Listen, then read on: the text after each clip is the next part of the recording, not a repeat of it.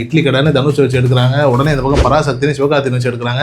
தனுஷ் இயக்கத்தில் அஜித்குமார் வச்சு ஒரு படம் பண்ணலாங்கிற மாதிரியான ஒரு டாக்ஸ் எல்லாம் போது இப்படி பரபரன்னு பேசிட்டு இருக்காங்க. சூப்பர் ஸ்டார் ரஜினிகாந்த் கிட்ட வந்துட்டு டேட்ஸ் கேட்டிருக்காங்க. நம்ம எப்படி சாத்தியமாகும்? ஒரு சாதாரண காமன் மேனால நிச்சயமா இது சாத்தியமே கிடையாது. அப்படின்னா இப்போ உண்மையிலேயே யார் இவர்? அசிஸ்டன்ட் டைரக்டராக இருக்கிறவர் எப்படி திடீர்னு இவ்வளோ பெரிய பொருட்செலவில் வந்துட்டு படம் பண்ண முடியும்? யார் இவர் அப்படின்னு நாம யோசிச்சுட்டே இருக்கும்போது பார்த்தா டக்குன்னு ஈடி ரைடு வரும். ரெட் ஜெயண்ட்டை தாண்டி இவங்க வராங்க. இப்போ இவங்களுடைய படங்கள் எல்லாமே டிஸ்ட்ரிபியூஷன் வந்து ரெட் ஜெயண்ட் தான் பண்றாங்கன்ற மாதிரியான ஒரு நிலை. இப்போ ரெட் ஜெயண்ட்ங்கிறது வந்துட்டு ஏற்கனவே உதயநிதி அவர்கள் இருந்தார். இப்போ டான் பிக்சர்ஸ் யார் அப்படின்னு சொல்லி நம்ம தேடி பார்த்துக்கிட்டே இருக்கும்போது வந்துட்டு சேம் அதே கலைஞர் குடும்பத்திலிருந்து வரக்கூடிய ஒரு மனிதர். டான் பிக்சர்ஸுங்கிறது யாருடைய நிறுவனம்? அது கலைஞர் அவர்களுடைய குடும்பத்தை சார்ந்த ஒரு நிறுவனம்ங்கிறதுல எந்த விதமான சிக்கலும் கிடையாது. ஆனால் அந்த படம் அடுத்து அரசியல் கட்சியை நோக்கி வரக்கூடிய ஒரு நடிகனை நசுக்குவதற்கு எங்கேயாவது பயன்படுத்துங்கிற மாதிரி மக்களுக்கு தெரியுதுன்னு வைங்களேன், அது ஒரு கலக்கமாகும். ஜனநாயகன் படம் ரிலீஸ் ஆகிற அதே நாளில் பராசக்தி வருது. அது டான் பிக்சர்ஸ் தயாரிக்குது. அது ரெட் ஜெயண்ட் ரிலீஸ் பண்ணுது. அதுக்கு தியேட்டர்கள் அதிகமாக கொடுக்குறாங்க, ஜனநாயகனுக்கு கம்மியாக கொடுக்கப்படுதுங்கிற ஒரு நிலை மட்டும் உருவாச்சுன்னு வைங்களேன், நிச்சயமா இது பெரிய பஞ்சாயத்து தான். ஈடி ரைடு இன் டான் பிக்சர்ஸ். கொஞ்ச நாளாகவே வந்துட்டு டான் பிக்சர்ஸ்னு ஒரு நிறுவனம் பரபர நிறைய படங்கள் எடுக்கிறாங்க. இட்லி கடைன்னு தனுஷ் வச்சு எடுக்கிறாங்க. உடனே இந்த பக்கம் பராசக்தினு சிவகார்த்திகேயன் வச்சு எடுக்கிறாங்க. நடுவில் அவரே ஒரு படத்தை டைரக்ட் பண்ணுறாரு, இதே முரளி அப்படின்னு சொல்லி. இதையெல்லாம் தாண்டி தமிழ் சினிமாவில் நம்ம எதிர்பார்க்கவே முடியாத ஒரு விஷயமா அஜித்தையும் தனுஷையை வச்சு ஒரு படம் பண்ணலாம், அதாவது தனுஷ் இயக்கத்தில் அஜித்குமார் வச்சு ஒரு படம் பண்ணலாங்கிற மாதிரியான ஒரு டாக்ஸ் எல்லாம் போது இப்படி பரபரன்னு பேசிட்டு இருக்காங்க. சூப்பர் ஸ்டார் ரஜினிகாந்த் கிட்ட வந்துட்டு டேட்ஸ் கேட்டிருக்காங்க. நம்ம யார் இந்த டான் பிக்சர்ஸ், உண்மையிலே யார் இவங்க அப்படின்ற மாதிரியான ஒரு தேடல் வந்துட்டு எல்லாருக்குமே இண்டஸ்ட்ரியை பொறுத்த வரைக்கும் இருந்தது. உண்மையிலே யாராக இருக்கும்? இப்போ இன்னைக்கு தேதியில் நீங்களோ நானோ வந்துட்டு ஒரு படம் பண்ணுறோம் அப்படின்னு வந்தால் புதுசாக வர ஒரு நடிகரை வச்சு ஒரு படத்தை பண்ணி அதை ரிலீஸ் பண்ணுறதுக்குள்ளேயே இருக்கிற போட்டியெல்லாம் உரியுருவாங்க.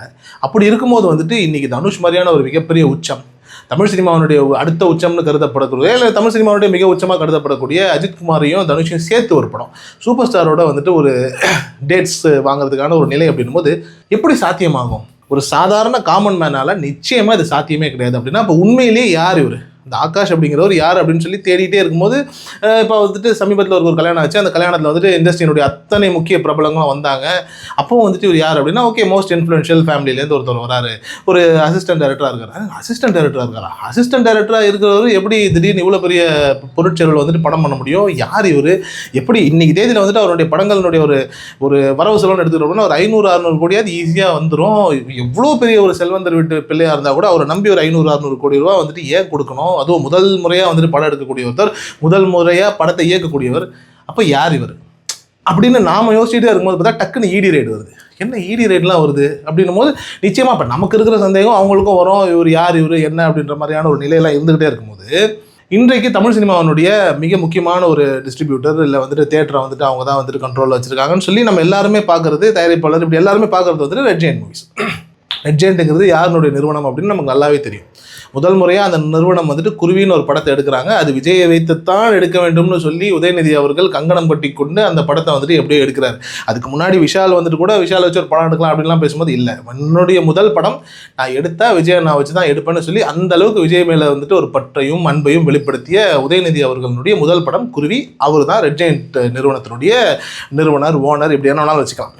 அப்படிப்பட்ட அவர் யார் அப்படின்றது நமக்கு எல்லாருக்குமே தெரியும். அன்னைக்கு தேதியில் ஒரு படம் எடுக்கும்போது வந்துட்டு முக ஸ்டாலின் அவர்களுடைய மகன், கலைஞர் அவர்களுடைய பேரன், இப்படிங்கிற மாதிரியான ஒரு மிகப்பெரிய ஒரு பேக்ரவுண்டோட தான் ஒரு மனிதர் உள்ள வரார்.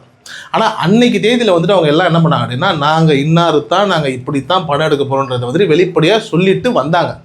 ஓகே, அதில் வந்துட்டு அவங்களுடைய உரிமை, சொல்லாமவும் வரலாம், அதுவும் அவங்களுடைய ஒரு தனிப்பட்ட விருப்பம் வைங்களேன். இப்போ ரெட் ஜெயண்ட்ஸ் வருது. ஒரு கட்டத்தில் வந்துட்டு மிகப்பெரிய உச்சம்லாம் தொடுறாங்க.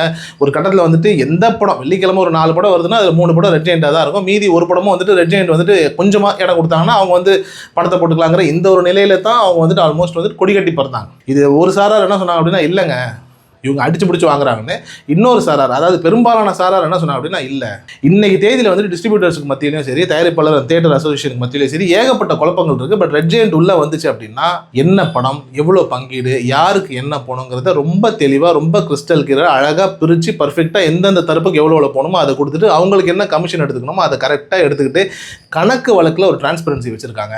ஸோ அதனால் அவங்க எனக்கு ரொம்ப பிடிச்சிருக்குங்கிற மாதிரி கமல் சார் உட்பட சொல்லியிருக்காரு. இன்றைக்கி தேதியில் வந்துட்டு நீங்கள் கமல் சாரை சினிமா ரீதியாக அளவிடவே முடியாது. சினிமா ரீதியாக கமல் சார் ஒரு குறை சொல்லிடவே முடியாது. சினிமா ரீதியாக கமல் சார் ஒரு விஷயத்தை சொன்னார்னா அது சரியாக தான் இருக்கும். அரசியலை விட்டுருவோம், கமல் நான் அரசியலை விட்டுருவோம், சினிமா ரீதியாக பேசிகிட்டு இருக்கேன். ஸோ அப்படி இருக்கும்போது வந்துட்டு கமல் சாரால் பாராட்டப்பெற்ற ஒரு நிறுவனம் தான் ரெட் ஜெயண்ட் மூவிஸ். அப்படிப்பட்ட ஒரு நிறுவனத்திலேருந்தே வந்துட்டு இன்றைய துணை முதலமைச்சராக இருக்கக்கூடிய மு.க. ஸ்டாலினுடைய மகனாக இருக்கக்கூடிய உதயநிதி ஸ்டாலின் வந்துட்டு அந்த நிறுவனத்திலேருந்து இல்லை, இனிமேல் நான் இதில் வந்துட்டு இன்வால்வ் ஆக மாட்டேன், என்னுடைய வேலை மக்கள் பணியே, நான் அரசியல் மட்டும் தான் செய்ய போகிறேன்னு சொல்லிட்டு ஒரு அங்கேருந்து கொஞ்சமாக அப்படியே ஒதுங்கிடுறாரு. அதுக்கப்புறம் அந்த நிறுவனம் வேறு நிலைகளில் பார்த்துட்டு போயிட்டே இருக்குங்களேன். அப்படி இருக்கும்போது அந்த இடத்துல ஒரு வெற்றிடம் உருவாகுது. இன்னொரு நிறுவனம், அதே குடும்பத்தை சார்ந்த ஒரு நிறுவனம் பவர்ஃபுல்லாக உள்ள வந்து இண்டஸ்ட்ரியில் இருக்கக்கூடிய பாசிட்டிவ்ஸ் அண்ட் நெகட்டிவ்ஸை ஹேண்டில் பண்ணி அங்கே ஒரு விஷயத்தை பண்ணணும். இதை நான் லாபியாக பண்ணுறாங்க, அவங்க வந்துட்டு தவறாக பண்ணுறாங்க அப்படிங்கிற ஒரு கண்ணோட்டத்தை சொல்லலை.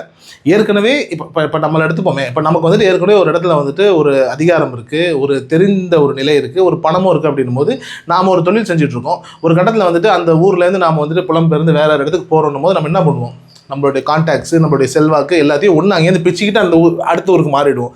இல்லைனா என்ன பண்ணுவோம், நம்மளோட அண்ணனோ தம்பியோ நமக்கு ரொம்ப நம்பிக்கையாக இருக்கக்கூடிய நண்பனையோ நம்ம என்ன பண்ணுவோம், அந்த இடத்துல கொண்டு வந்து உட்கார வச்சு, டேய் நான் இத்தனை வருஷமாக 20-30 வருஷமாக ஒரு விஷயத்தை கிரியேட் பண்ணிட்டேன், ஒரு மிகப்பெரிய கான்டாக்ட்ஸ் இருக்குது, ஒரு செல்வாக்கு இருக்குது, ஒரு பணமும் இருக்குது, நீ அதை ஹேண்டில் பண்ணுன்னு சொல்லி நம்ம மடைமாற்றி விட்டுட்டு போவோம். அப்படி ஒரு நிறுவனமாக தான் டான் பிக்சர்ஸ் இருக்குமோ அப்படிங்கிற ஒரு சின்ன ஒரு கலக்கம் இருந்துக்கிட்டே தான் இருந்தது எல்லாருக்கும். ஏன்னா ரெட் ஜெயண்ட்டை தாண்டி இவங்க வராங்க, இப்போ இவங்களுடைய படங்கள் எல்லாமே டிஸ்ட்ரிபியூஷன் வந்து ரெட் ஜெயண்ட் தான் பண்ணுறாங்கன்ற மாதிரியான ஒரு நிலை. இப்போ ரெட் ஜெயண்ட்டுங்கிறது வந்துட்டு ஏற்கனவே உதயநிதி அவர்கள் இருந்தார். இப்போ டான் பிக்சர்ஸ் யார் அப்படின்னு சொல்லி நம்ம தேடி பார்த்துக்கிட்டே இருக்கும்போது வந்துட்டு சேம் அதே கலைஞர் குடும்பத்திலேருந்து வரக்கூடிய ஒரு மனிதர், அதில் எந்த விதமான டவுட்டும் கிடையாது. அதே கலைஞர் அவர்களுடைய வாரிசுகளாக வரக்கூடிய ஒருத்தவருடைய கணவர், அதாவது வந்துட்டு கலைஞர் அவர்களுடைய கொள்ளு பேத்தினுடைய கணவராக தான் இருக்கார் ஆகாஷ். ஸோ ஆட்டோமேட்டிக்காக நமக்கு புரியுது அந்த இடத்துலேருந்து வந்துட்டு ஒரு மிகப்பெரிய ஒரு சப்போர்ட், ஒரு ஆளுமை, இதெல்லாம் தாண்டி ஒரு திறமையான மனிதராக இருந்திருக்கணும்.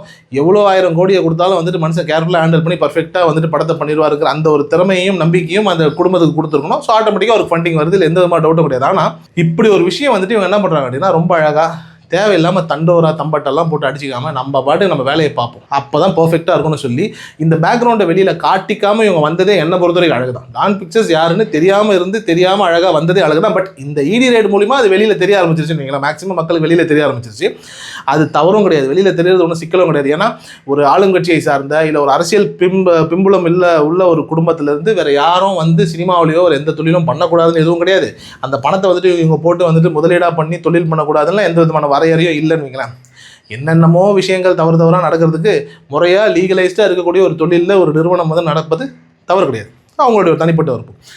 இப்படிப்பட்ட நிறுவனம் பராசக்திங்கிற ஒரு படத்தை வந்துட்டு பொங்கலுக்கு ஜனநாயகனுக்கு எதிரில் வந்து ரிலீஸ் பண்ணுறாங்க. அந்த இடத்துல தான் எல்லாருக்கும் என்ன ஆகுது அப்படின்னா ஒரு சின்ன கலக்கம் ஏற்படுது. இப்போது விஜய் வந்துட்டு நினச்சிருந்தா சன் பிக்சர்ஸ்க்கு டேட்டு கொடுத்துருக்கலாம்.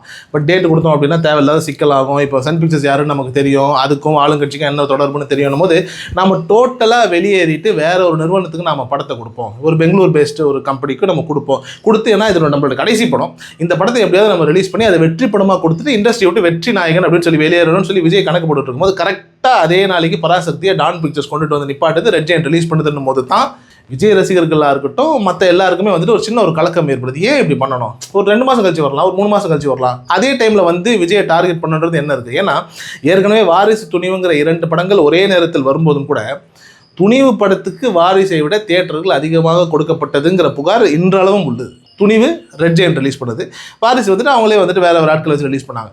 ஸோ இந்த மாதிரியான ஒரு விஷயம் வரும்போது தான் டான் பிக்சர்ஸ் மேலேயும் சரி ரெட் ஜெயண்ட் மேலேயும் சரி ஒரு சின்ன ஒரு ஏன் இப்படி பண்ணுறாங்க, அப்போ இவங்க எங்கேயாவது அதிகாரத்தை பயன்படுத்துகிறாங்களோ அப்படிங்கிற அந்த ஒரு எண்ணம் வந்துட்டு மக்களுக்கு வர ஆரம்பிக்குது. ஸோ அப்படி இருக்கும்போது அந்த மாதிரியான கலக்கங்கள் இல்லாமல் 2மே நல்ல படங்கள் பெரிய படங்கள் போது தனித்தனியாக வர்றது இல்லை ஒரு விதத்தில் விஜய்க்கு வழி விட்டுட்டு அவங்க அந்த படத்தை தள்ளி போகும்போது இப்போ பரவாயில்லப்பா, என்னதான் அவங்க ஆளுங்கட்சியாக இருந்தாலும் என்னதான் பவர் அவங்ககிட்ட இருந்தால் கூட ஒரு டிக்னிஃபைடான ஒரு முறையில் தான் நிறைய விஷயங்களை பண்ணுறாங்கன்ற அந்த ஒரு பெயர் டான் பிக்சர்ஸுக்கு வரும். ஸோ அதனால் டான் பிக்சர்ஸுங்கிறது யாருடைய நிறுவனம், அது கலைஞர் அவர்களுடைய குடும்பத்தை சார்ந்த ஒரு நிறுவனம்ங்கிறதுல எந்த விதமான சிக்கலும் கிடையாது. ஆனால் அந்த படம் அடுத்து அரசியல் கட்சியை நோக்கி வரக்கூடிய ஒரு நடிகனை நசுக்குவதற்கு எங்கேயாவது பயன்படுத்துங்கிற மாதிரி மக்களுக்கு தெரியுதுன்னு வைங்களேன், அது ஒரு கலக்கமாகும். ஏன்னா ஒரு காலகட்டத்தில் எம்ஜிஆர் விசஸ் கலைஞர்னு பேசிகிட்டு இருக்கும்போது எம்ஜிஆர் அவர்களுடைய இறுதி படத்துக்கு வந்துட்டு என்னென்ன மாதிரியான சிக்கல்கள் நடந்தது, பெட்டியை தூக்கிட்டு போனதுலேருந்து என்னென்ன மாதிரியான ஒரு கலக்கங்கள் இருந்ததுன்னு நமக்கு எல்லாருக்குமே தெரியும்.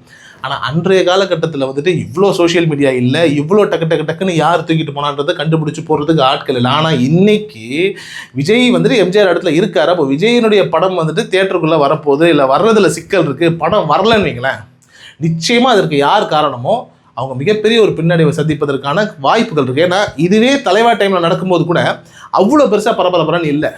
ஏகப்பட்ட சிக்கல்கள் விஜய்க்கு நடந்தது.